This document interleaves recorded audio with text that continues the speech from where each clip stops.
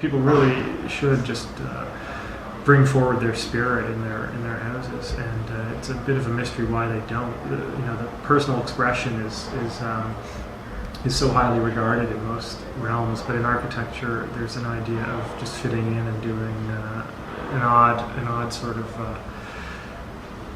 old world version of a house. This is Evergreen Gardens. The owners, they had seen my house under construction and knocked on the door and just handed me a note asking if I could introduce them to my architect. So they had an existing little bungalow that they had outgrown. Their family was growing, and they moved around the corner for a year, and we built this in its place. And it was an interesting experience, just in that they had such great familiarity with the site. They knew where it got hot, where there was shade from the existing. There's a massive maple out front. I've never had a client that was so familiar with the site before.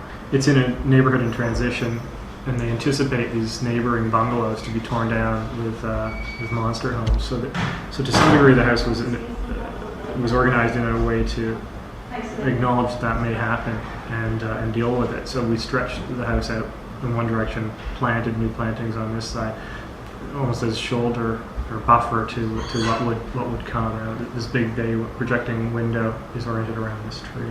I find that with a bench there, you actually are more prone to sit by the window and enjoy it rather than just a big open floor-to-ceiling window. It steps up and down just to carve up that big space into different room uses and a big screen. I always find that the stair guard to be an awkward shape. Just that it's purely aesthetics, but just that angled shape. So it was really just a design feature that I think defines that big light well and the stair edge. In my case, I've again been fortunate in that people come to me for what I like to do. So I think there's a comfort level that each of us have with what we like to do, or with the kind of the sensibility. There's a comfort level, a common sensibility that's a great place to start. I think I've entertained doing projects otherwise, and I think it's just a setup for mutual dissatisfaction.